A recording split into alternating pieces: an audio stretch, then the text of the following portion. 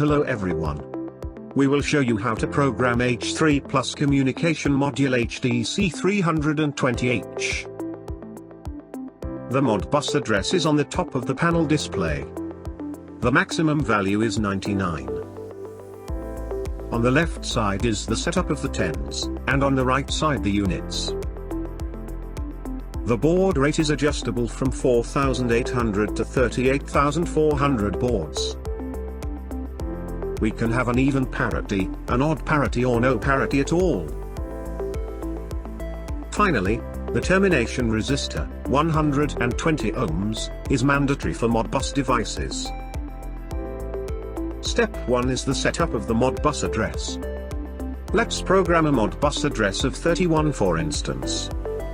For this, the tens have to be set on 3, and the units on 1.